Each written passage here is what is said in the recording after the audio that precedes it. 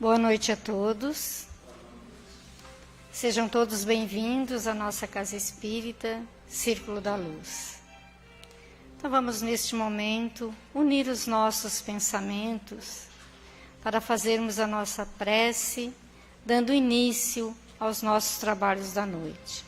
Já harmonizados pela leitura, aqui estamos, Senhor. Elevemos a Deus o nosso pensamento e oramos. Pai nosso, que estais no céu, santificado seja o vosso nome. Venha a nós o vosso reino, e que seja feita a vossa vontade, assim na terra como no céu.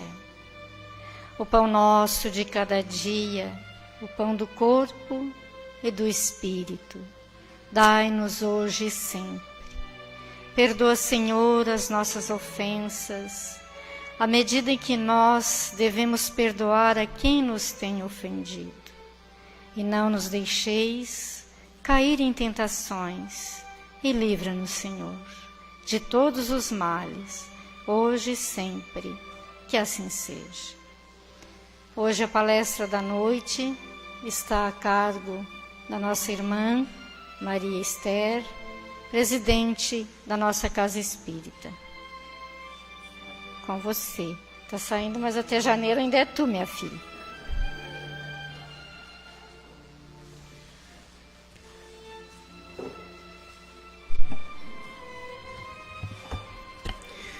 Que a paz do Divino Mestre nos possa envolver, que a sua mensagem de amor, seu Evangelho, possa fazer guarida nos nossos corações, aonde se instale o amor do nosso Pai para conosco. Mas conta-se que um jovem maldoso resolveu um dia testar o seu mestre, que era muito sábio. Pensou ele: vou pegar um pássaro, vou colocá-lo na minha mão e vou perguntar para o meu mestre se esse pássaro está vivo ou está morto. Se ele disser que está morto, eu abro a mão e deixo o pássaro voar. Se ele disser que está vivo, eu esmago o pássaro na minha mão. Claro que a resposta que o mestre desse, qualquer uma delas, ia ficar desmoralizado. Mas o jovem foi até o seu mestre e fez a pergunta: mestre, esse pássaro que está na minha mão está vivo ou está morto? O mestre, olhando bem no fundo dos seus olhos, quase que querendo divisar o íntimo daquele jovem, lhe disse: meu filho, o destino deste pássaro está nas tuas mãos. O nosso destino está nas nossas mãos. Não é coerente que nós lutemos pela nossa felicidade? Não é lógico que nós sejamos responsáveis pelos nossos atos? Não diz a sabedoria do Evangelho que nós somos conhecidos pelas nossas obras? Então, os acontecimentos exteriores da nossa vida, eles são o resultado das nossas atitudes interiores, os nossos pensamentos, os nossos sentimentos. E aí nós construímos a nossa caminhada e depois, quando algo de errado dá, nós dizemos: é uma fatalidade. Aí nós vamos procurar o fatalidade, o que quer dizer?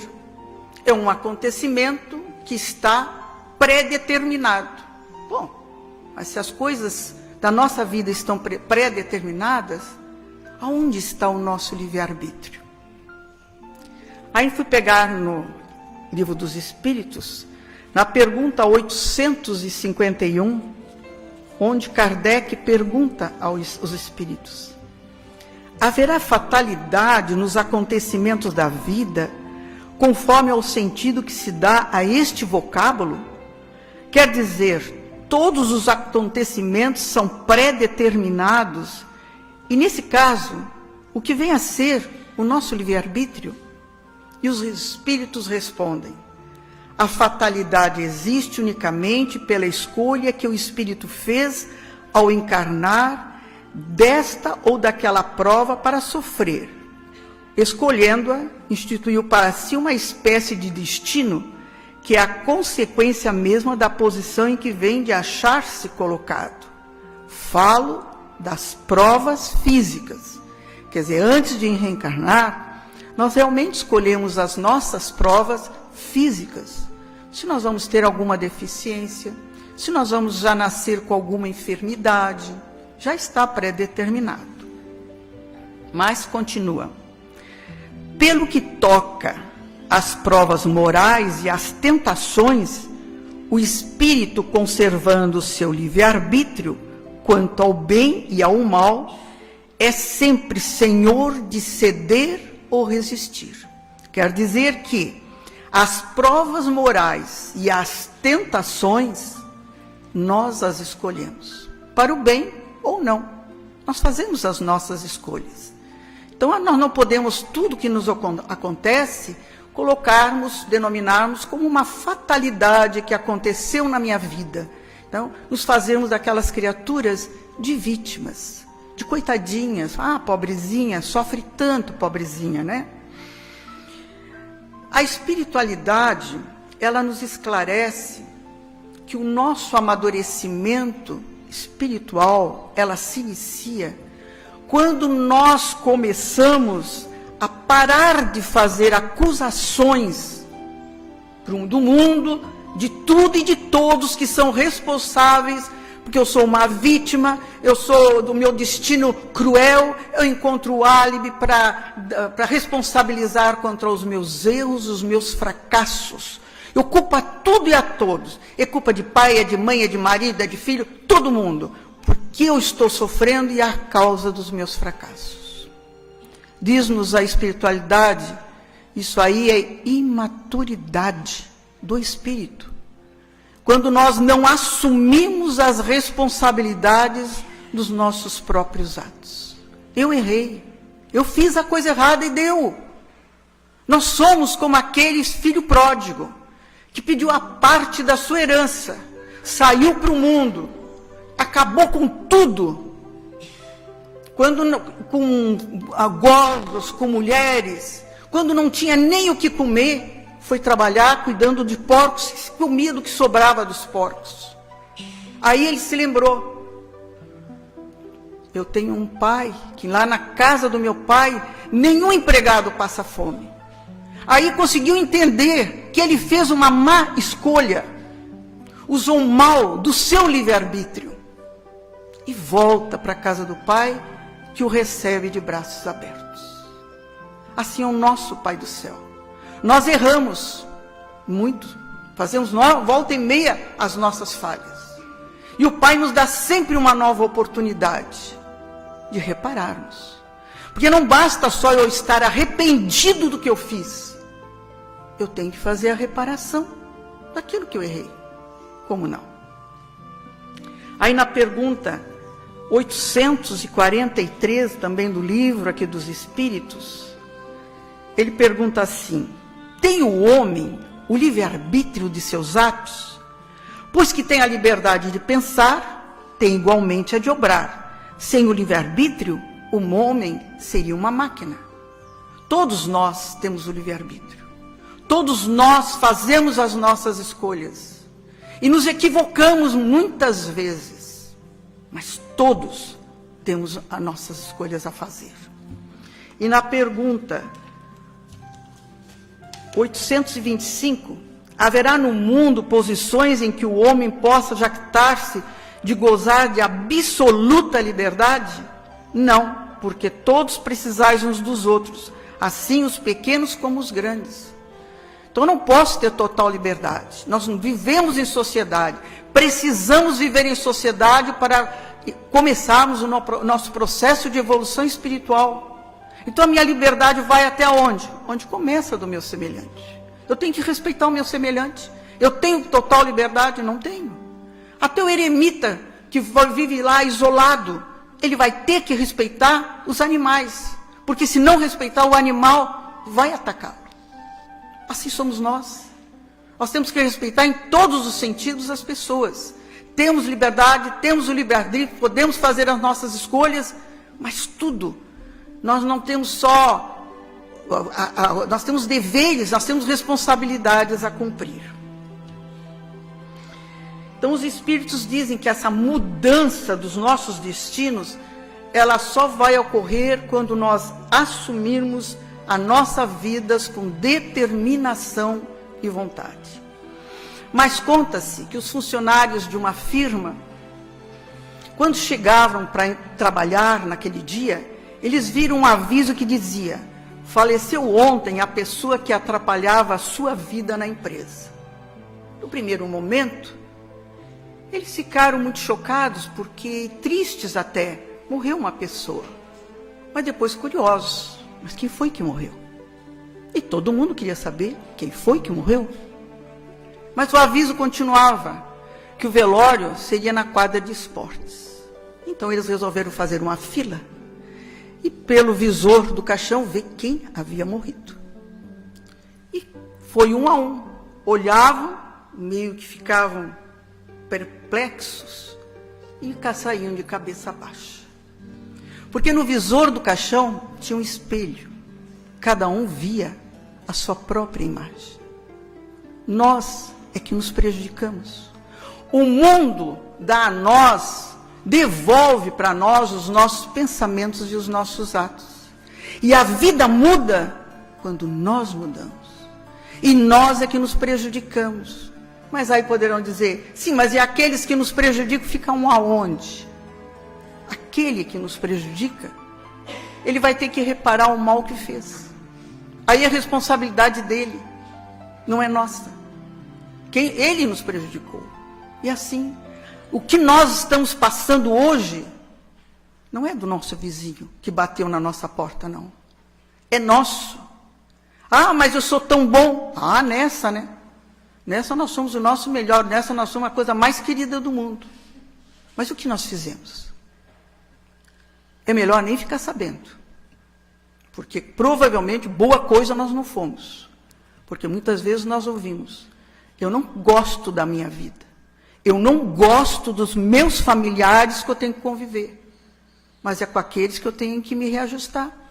E a vida é a que eu mereço. Eu me fiz por merecer aquele tipo de vida, aquele tipo de provas que eu estou a passar. Ah, mas se eu souber do meu passado, melhor não ficar sabendo. Agora, pelo tipo de provas que passamos hoje, nós podemos avaliar o que fizemos no passado. Vai depender de cada um de nós. Não tem. As dificuldades vão vir, vão, e estão causadas por nós mesmos. Não é colocar na porta do vizinho, porque esse não tem culpa de nada do que está nos ocorrendo. E essa mudança dos nossos destinos, das nossas vidas, ela não ocorre de uma hora para outra, não. Ela é o produto de uma sequência de escolhas que vão acontecendo com experiências do nosso dia a dia. Por isso que o Evangelho nos dá aquela proposta do despertar, né? Que é tão antiga, que Paulo já dizia aos Efésios: levanta, ó tu que dormes, desperta. O que é esse despertar que o Paulo tanto falava? Pô, entende, né? Tu é um espírito imortal. Que então nada começou ali no berço, nem vai terminar no túmulo. Que tens um livre-arbítrio, que é a maior prerrogativa que o Pai nos concede, que é podermos fazer as nossas escolhas. Nós não dizemos: eu sou dono da minha vida, eu sou dono do meu nariz. Nós não dizemos quantas vezes isso? Nós não fazemos a nossa escolha como nós queremos? Estamos reclamando de quê? Nós estamos sofrendo as consequências do que nós fazemos. Emmanuel, em uma mensagem, ele nos diz: não prendas criatura alguma ao teu ponto de vista, nem tira dela a liberdade de ela construir o seu próprio caminho. Às vezes, por mais que nós venhamos a aconselhar ao nosso irmão, nosso amigo, ele entra por caminhos outros. Porque cada um de nós tem o seu momento de despertar para a vida. E só se faz no dia que deu o estalo em nós. E como nós não evoluímos pelo amor, mas pela dor, um dia todos vamos chegar a essa conclusão. A mudança dos nossos destinos. E quantas pessoas dizem, mas eu oro tanto, eu peço tanto para que as coisas mudem ao meu redor, a minha vida. Mas se nós estamos pedindo há tanto tempo, é uma maneira de nós ficarmos a pensar, será que quem tem que mudar não somos nós? Nós estamos pedindo que as coisas se modifiquem ao nosso redor. Mas será que não é nós que temos que nos modificar? Nós temos que parar para pensar. Às vezes somos nós mesmos das nossas escolhas, né? Porque cada um de nós tem seu ponto de vista, tem a maneira de ver a vida, tem o seu ponto de vista religioso, tem o seu ponto de vista político, tem a maneira de enfrentar os problemas, cada um. São atitudes íntimas, familiares e sociais de cada um de nós. Por isso que no capítulo 17º do Evangelho, segundo o Espiritismo, é do capítulo do Sede Perfeitos, nos falam dos caracteres da perfeição. Ele nos diz, conhecereis a verdade, e a verdade vos libertará. O que é que ele quis dizer com isso? É o autoconhecimento. Quando eu olho para dentro de mim mesmo, analiso o meu dia, vejo o que eu fiz de bom, o que eu fiz de ruim, o que eu poderia ter modificado. Eu é que tenho que conhecereis a verdade, isso é que vai me libertar. Quando eu me olhar para dentro de mim mesmo, tomar essa consciência e fazer a minha modificação. Por mais que nós queiramos mudar os outros, nós não conseguimos. É a mesma coisa que uma pessoa está nos vícios, e os familiares, e quer internar em clínica, e ajuda, e puxa, e tenta. Enquanto é o familiar que quer, não consegue. O dia que o viciado chegar e dizer, eu quero, mas não da boca para fora, mas interiormente, aí ele vai começar esse processo de transformação, que é da própria pessoa. Ela quer se modificar, ela por ela mesma. E às vezes, né, consciente e inconscientemente, nós queremos nos livrar de situações. O doente, ele quer ficar bom, mas é claro. O médium, às vezes, ele quer se afastar do trabalho, que é muita responsabilidade, é muito compromisso. O chefe de família se lembra, na época que ele era solteiro, que ele não tinha responsabilidade nenhuma, nem de filho, nem de marido, nem mulher, não tinha nada, que coisa boa. O filho anseia para sair da casa do pai, para poder levar a vida dele, a vida que eu sonhei. E nós muitas vezes queremos jogar tudo para o alto, fechar a porta como se nada mais existisse do que aconteceu até aquele momento e nos libertar. Mas antes de pensar em se libertar, nós devemos pensar primeiro se realmente nós estamos numa prisão. Enfermidade, ela não é uma prisão. É um tratamento de beleza para o nosso espírito. Limpeza da nossa alma. Os desequilíbrios emocionais nossos, que descem ao corpo físico em forma de enfermidade. Então, o meu corpo é o saneador do meu espírito. Porque não existem doenças, existem espíritos doentes. Nós somos espíritos doentes. Os nossos desequilíbrios emocionais é que se transformam em doenças na nossa vida. Então, não posso colocar a enfermidade como uma prisão. É uma forma de limpar o que está de ruim, que eu mesmo coloco dentro de mim, a vibração pesada. E que me desequilibra psiquicamente. Então, um momento sagrado, até muito bom, que eu estou passando, eu estou limpando o meu espírito. Então, não é uma prisão a enfermidade. Mediunidade, ela também não é uma prisão. Ela é uma oficina de trabalho espiritual. E que eu pedi para vir com a mediunidade. Para poder ajudar, quer dizer, eu digo que é para ajudar os outros, mas o mais ajudado somos nós mesmos. Onde eu aprendo o que seja solidariedade, caridade, compreensão com o meu semelhante. Eu sou o mais ajudado. Então não posso dizer que a mediunidade é uma prisão. Pois está me dando uma oportunidade de eu me desenvolver, de eu despertar aqueles sentimentos que só na doação ao meu semelhante é que vai ocorrer dentro de mim. Matrimônio não é prisão. É oportunidade de amor, de perdão, de solidariedade, de compreensão, de sacrifício, de renúncia, de tolerância. Como é que eu vou desenvolver esses sentimentos se eu não estiver numa situação de convivência mais íntima entre os meus familiares? Então não posso considerar como uma prisão, porque o matrimônio está me ajudando a que eu passe a sentir outros tipos de sentimentos. Disciplina paterna não é prisão. Talvez o jovem só vai entender isso quando ele entrar na maturidade, quando ele tiver a família, os filhos, e ele vai pensar, pô, meu pai e minha mãe tinham mais que razão de fazer o que fazia comigo. Com disciplina. Porque ele também agora tem que usar com disciplina com os filhos. Então não é prisão. O que nos faz sentir em prisão são os nossos sentimentos inferiores. Eu quero levar a vida para gozar a vida, para viajar, para aproveitar. A minha vida ser um céu de brigadeiro. Não existe isso, irmãos. Podemos ter momentos felizes. E nós não viemos para isso, aproveitar a vida. Nós viemos para um aperfeiçoamento dos nossos espíritos. Esse é o objetivo das nossas vidas.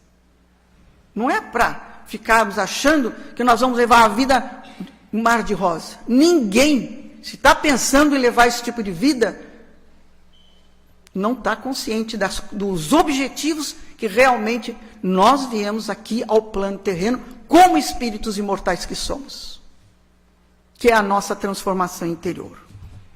Nesse livro, o negócio aqui está cá. Diálogo Espírita, há uma pergunta de número 12, que nos fala: qual o papel do livre-arbítrio no processo de reequilíbrio do nosso ser? O livre-arbítrio é a faculdade dos seres que já somaram experiências reencarnatórias. No primeiro momento, ela escolhe segundo os desejos pessoais. Depois de sofrer os efeitos das próprias escolhas, começa a formar o denominado senso moral, tão valorizado nos estudos do codificador. O livre-arbítrio é a faculdade que nos permite vencer o mal, o vício, a tendência infeliz, priorizar o bem e a luz que ainda não temos consolidado em nós, mas que já se insinua em nossa vida. É assim que ele pode nos reequilibrar a marcha e o próprio ser. Então, o livre-arbítrio é quando a faculdade que nos permite vencer o mal, porque eu faço a minha escolha. Quantas vezes nós fazemos uma escolha que nós sabemos que não é a melhor para nós, mas eu quero assim. Depois nós sentimos as consequências. A doutrina espírita, em momento algum, nós vamos encontrar algo que diz, proíbe, é pecado. Não existe esses termos para a doutrina espírita. Mas é muito clara quando diz, vai escolher o que tu semeaste. Faz na tua vida o que tu queres. Se os frutos forem amargos, não reclama. Tu não fizeste a tua escolha? Não reclama. Isso é para todos nós. Então, mas não é uma doutrina que nos impõe a nada. Não nos impõe. Mas o nosso processo de evolução pode ser muito lento, de acordo com a forma como nos conduzimos no nosso dia a dia.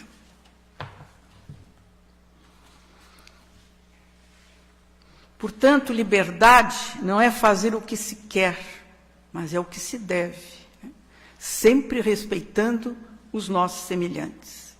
Há um mini conto oriental que nos fala Humberto de Campos. Ele diz que 2 beduínos iam pelo deserto.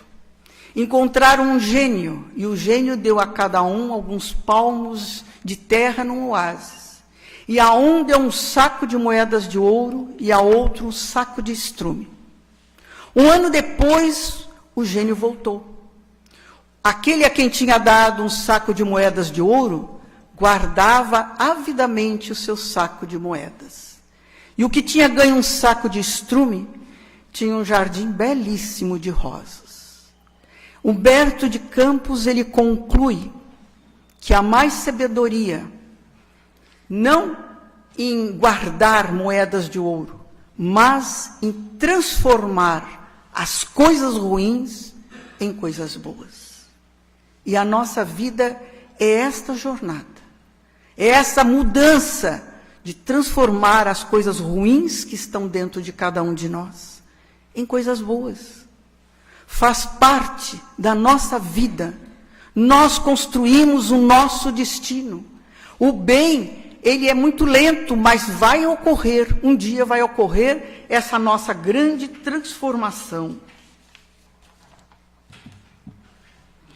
Por isso que Kardec nos diz: conhece-se o verdadeiro espírita pela sua transformação moral e o esforço em domar as suas más tendências.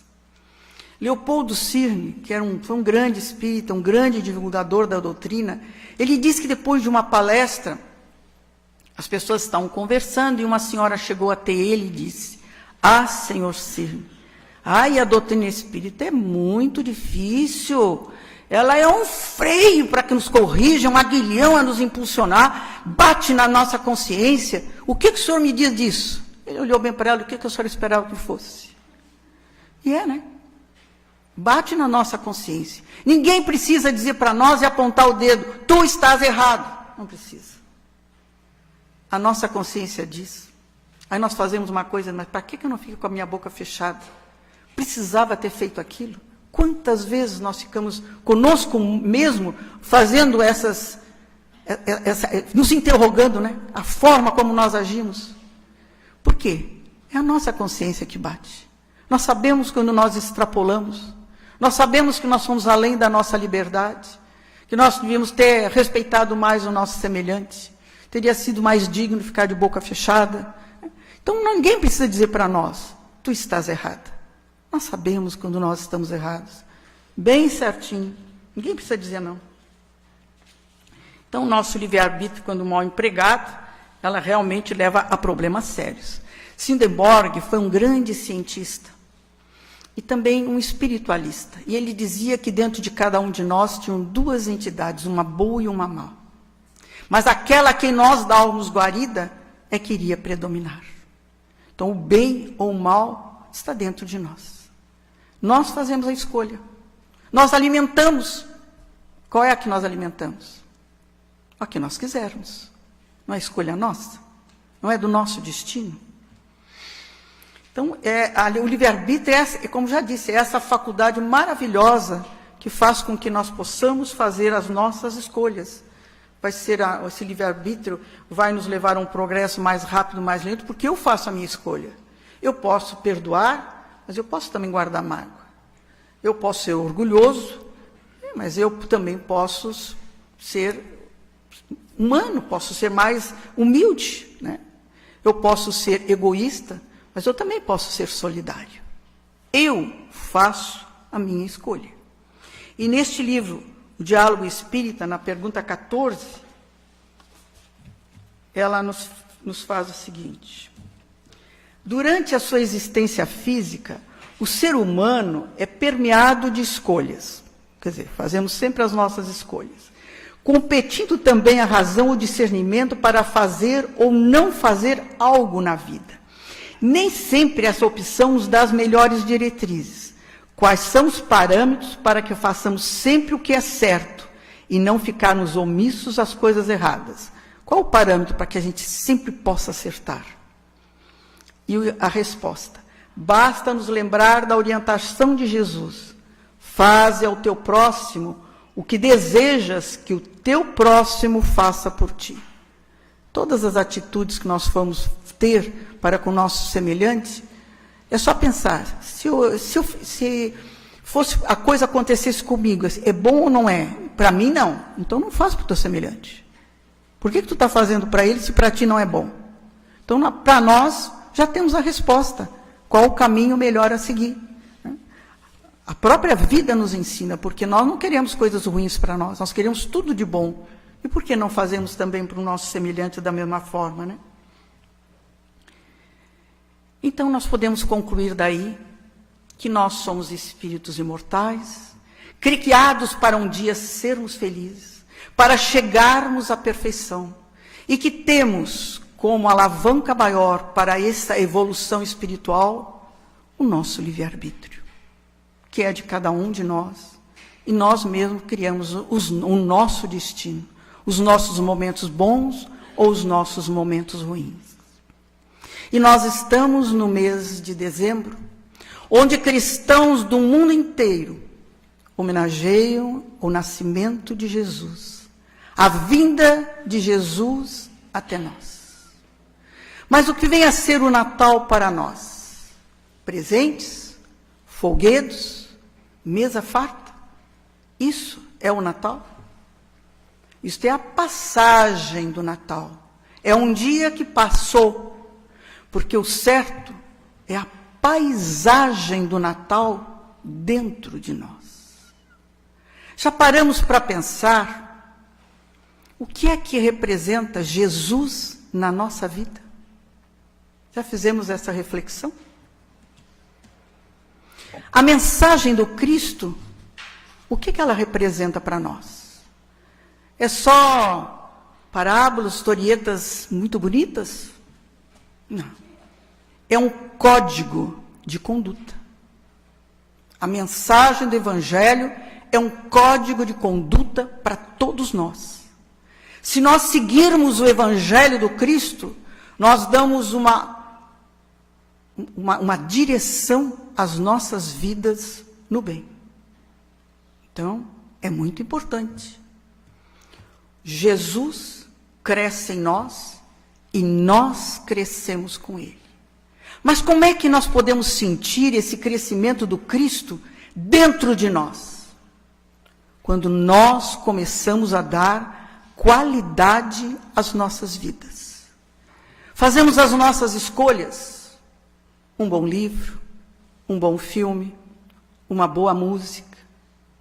Quando nós começamos a cuidar do nosso corpo físico, não para embelezá-lo, não nesse sentido, mas com uma boa alimentação, com as suas horas de sono. Quando nós temos uma religião em que nos firmamos nela, mas não aquela religião que eu vou no final de semana, quase como uma obrigação e que todo mundo me viu e deu.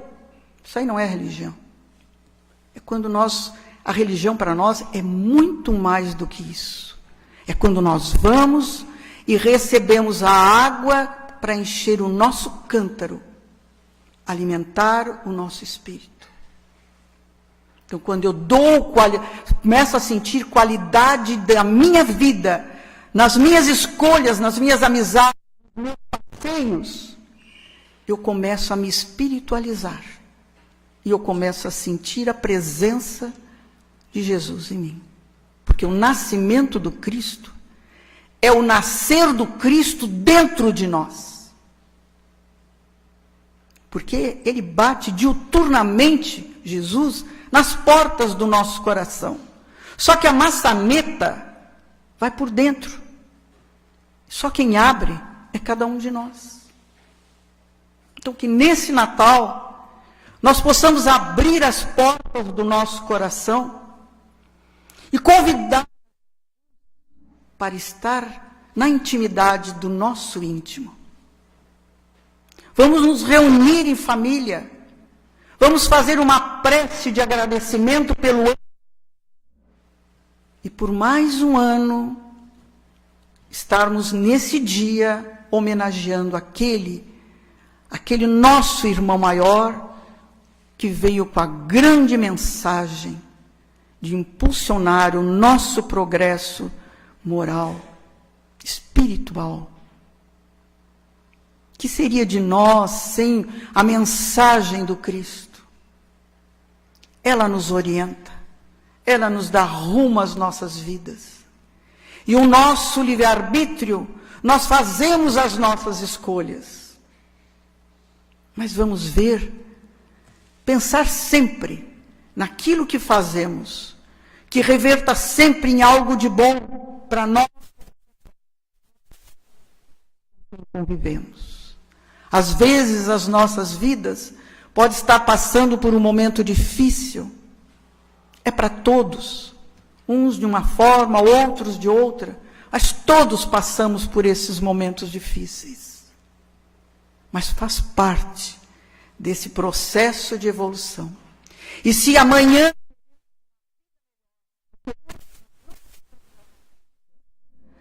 vamos trabalhar hoje para que tenhamos amanhã algo melhor, numa nova oportunidade, quando a tivermos.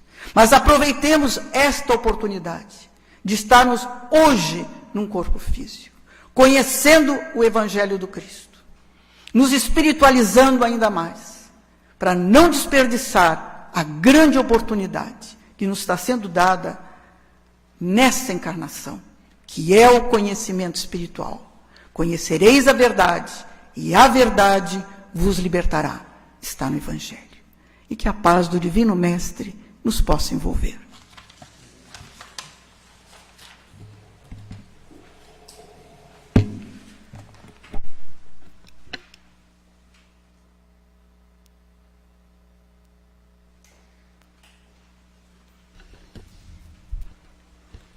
Agradecemos a nossa irmã Esther pelos ensinamentos da noite e que nós possamos levar conosco nosso dia a dia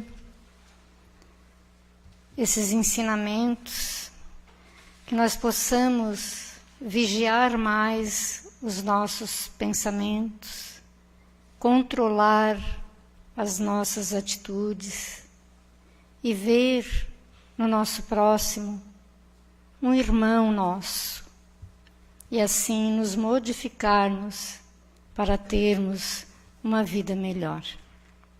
Agradecemos a ela, e agora, vibrando mais uma vez, vamos fazer a nossa parte, unindo os nossos pensamentos e suplicando essa espiritualidade amiga que está conosco nesta noite, que se movimentem, fluidificando aquelas águas que se encontram sobre a mesa, transformando-as em remédios para cada um de nós, dentro daquilo que necessitamos.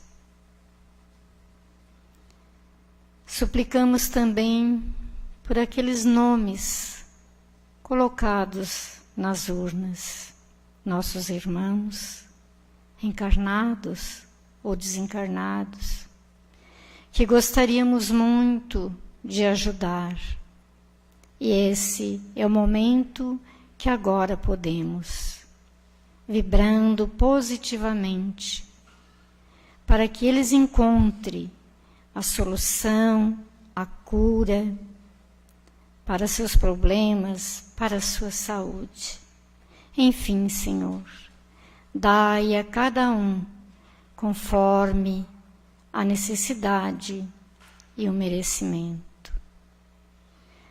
Suplicamos também por todos aqueles que sofrem em seus lares, hospitais, asilos, creches, enfim, Senhor, onde estiver, onde teus filhos, pedindo a tua proteção, temos certeza que lá entre eles tu estarás.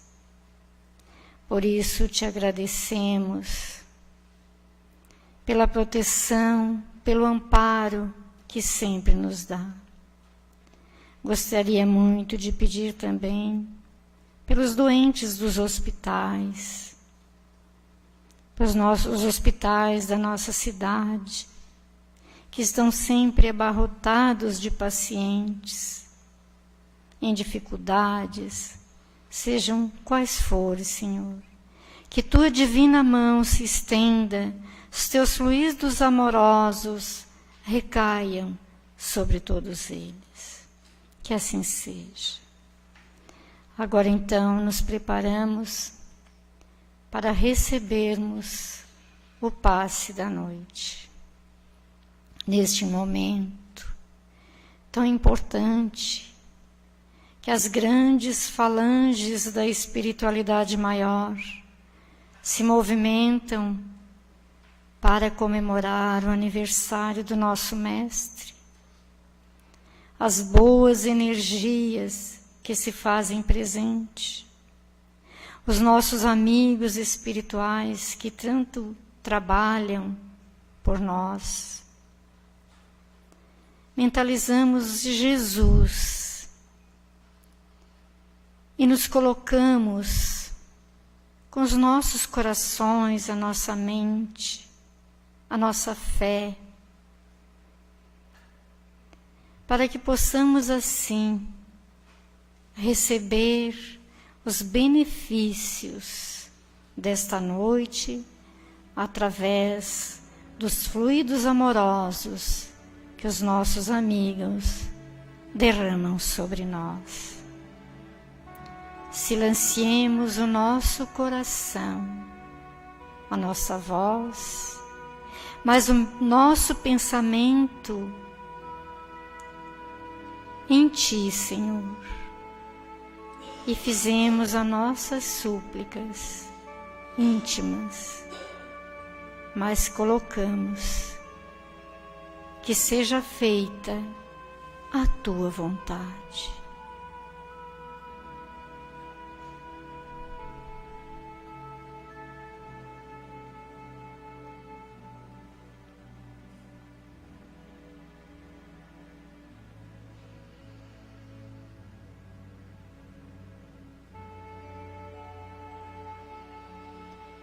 Que seja feita, Senhor, a Tua vontade,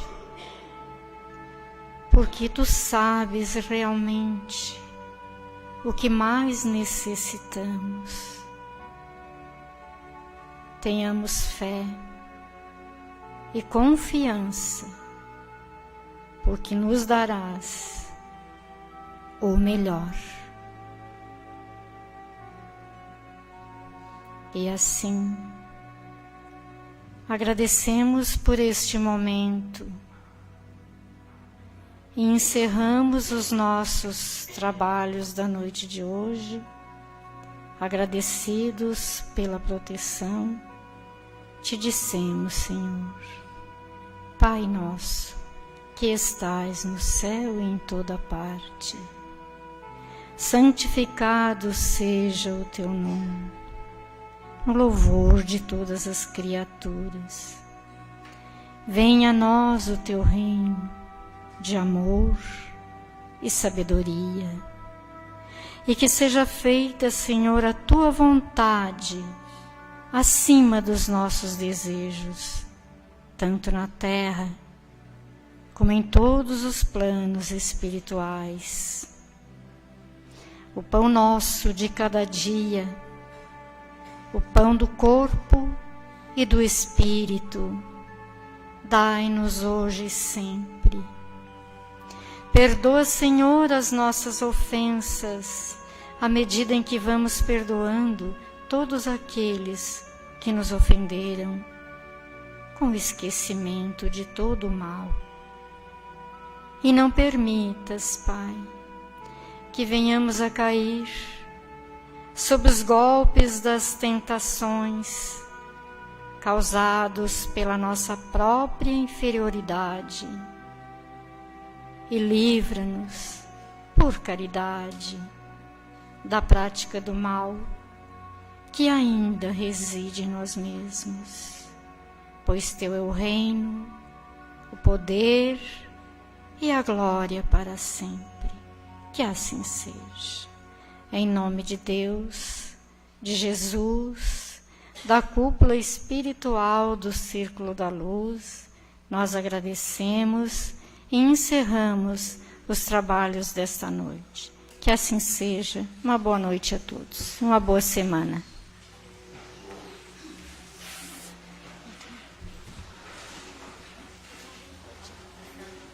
O meu tá aqui, ó.